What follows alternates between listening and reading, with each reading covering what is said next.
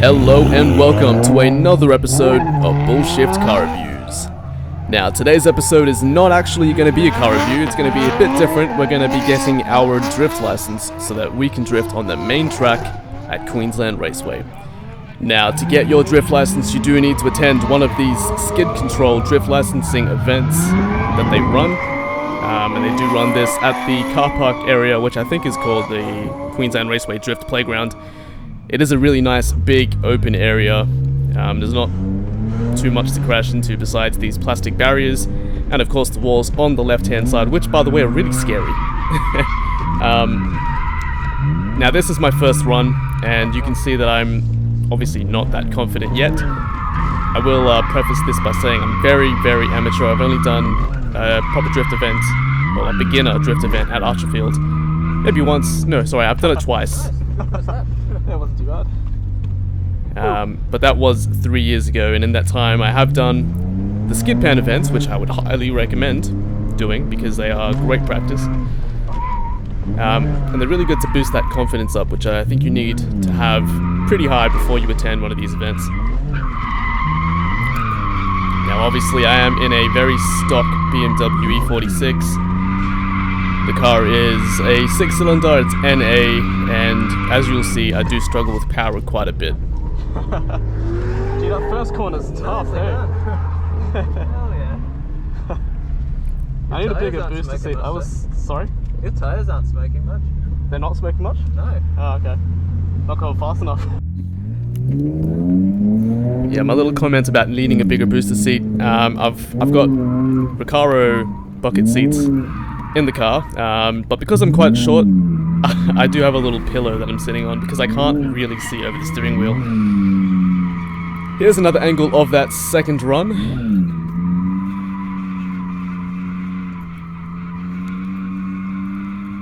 See, now that's foot flat to the floor, and I'm only doing about 4,000 revs.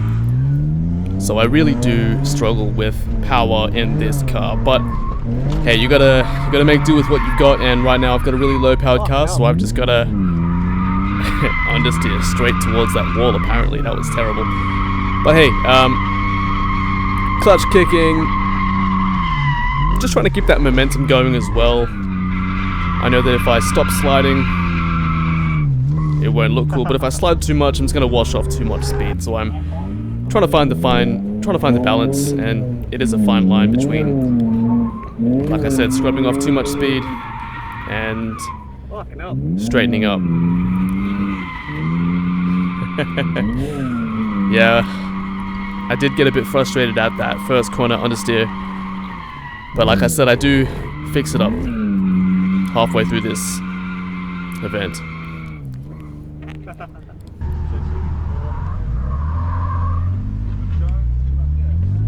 There were some pretty cool cars at the event that day. That one was a V8 Holden Commodore. Now with this run, I do remember trying to clutch kick a little bit more than usual. And as you can see, I've clutch kicked here a little too much, and I've spun out because I've had too much wheel spin due to the clutch kick, and I've put it into first here, absolutely riding the clutch. I remember smelling that very distinct clutch smell. Here's another angle of that run. That late initiation wasn't too bad, but obviously I'm clutch kicking a bit too much and I've just spun out again.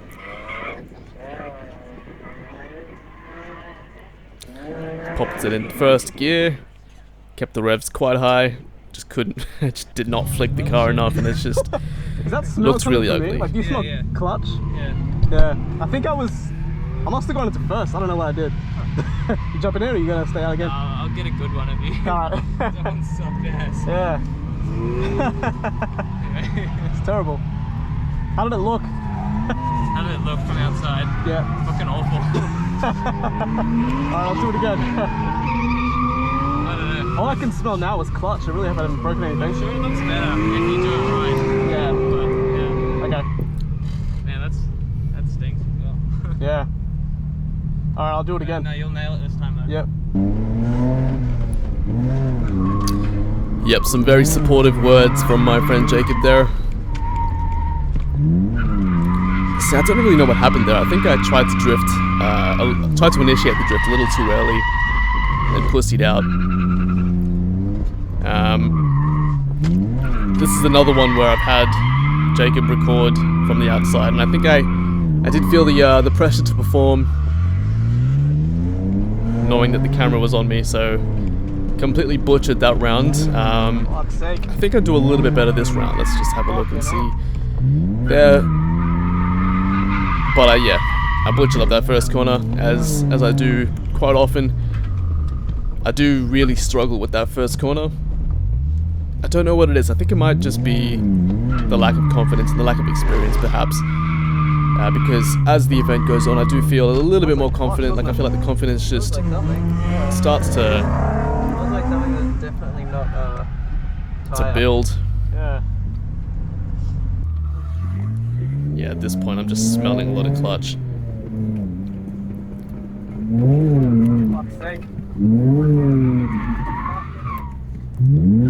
It's me getting frustrated at the first corner again.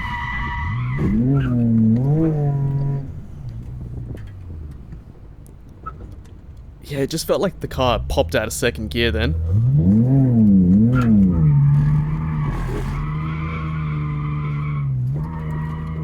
Smells like a clutch, doesn't it?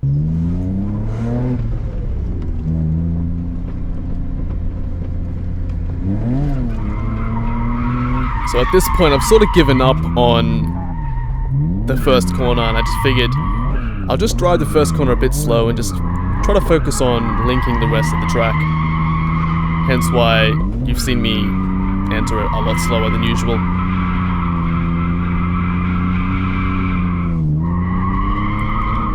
Again, that's foot flat to the floor. I don't think I even reached 4,000 RPM there. So that's that slow entry that I was speaking about. Bit of a clutch kick. Get the ass end out. Clutch kick. Ride that clutch.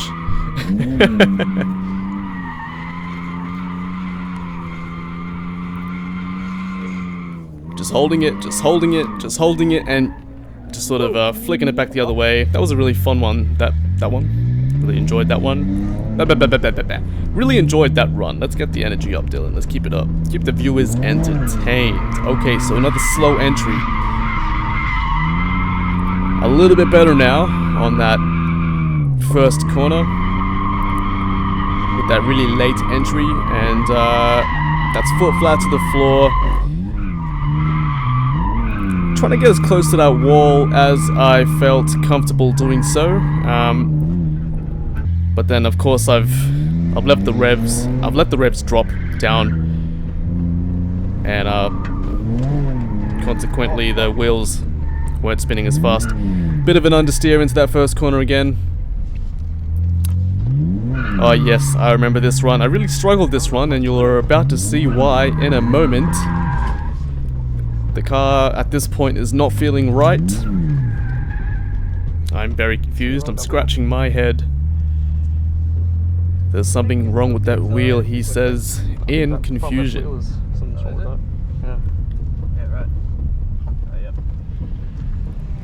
Skid control guys flagging me down. Oh, okay. Cool, thanks. That'll do it. Yep. That'll do it. Yep. That'll do it. So, What the fuck did that happen? at this point I've blown a front left tire. No idea how that's happened. So I head back to the pits, swap out the front left tire with Jacob, and then this guy sort of shows us how it's done.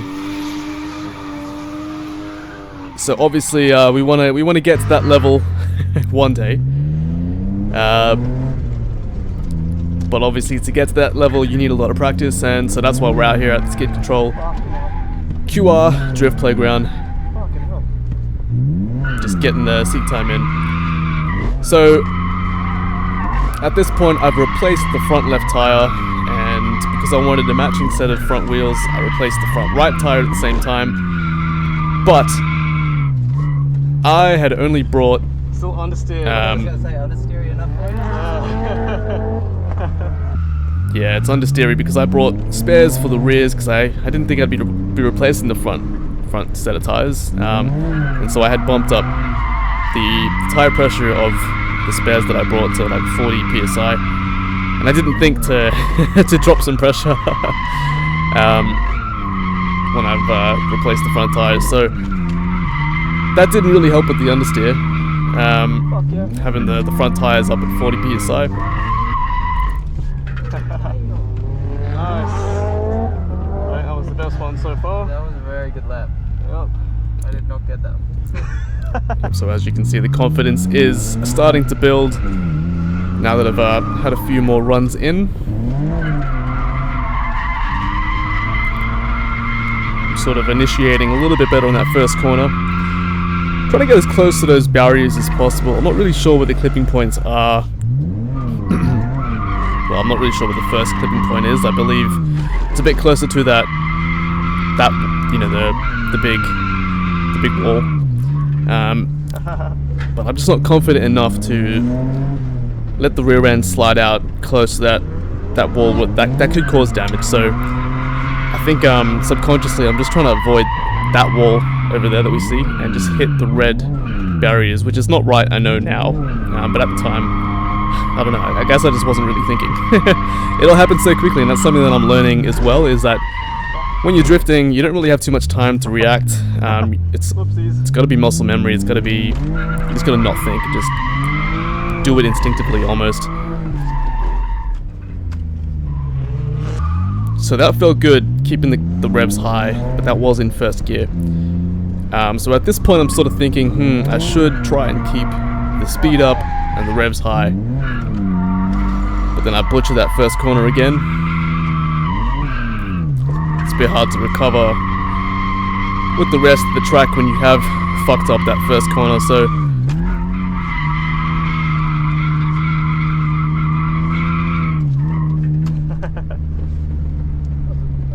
wasn't too bad. I still didn't get that first corner though. I'm always like foot flat to the ground. Definitely need more power or more speed, I don't know.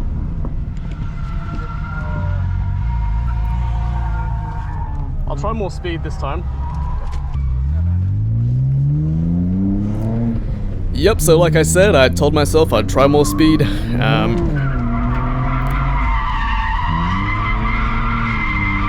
And so that entry, I'm carrying a little bit more speed. It's not that much more, it's just a tiny little bit more. It did feel really good though. I felt like I got the car a little more sideways, but then obviously I'm starting to scrub off some speed. That was good. That was good. But I think that was the first time I actually linked the whole track properly, so. That was, I'm happy with that. Nice. I think that was the first time I did the whole track properly without any fuck ups. So yeah, that felt good.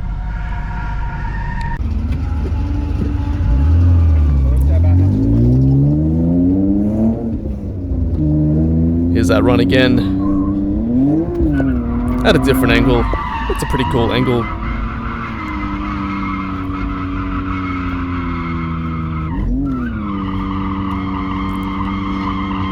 Look at that beautiful concentration face.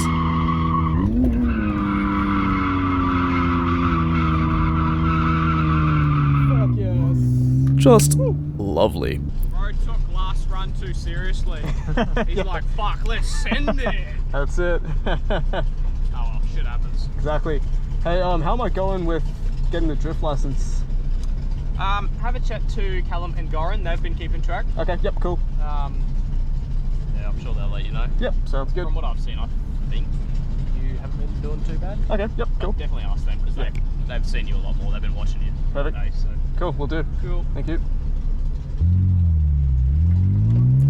Yeah, so at this point I'm thinking, fuck yeah, I've linked the track maybe 2 times.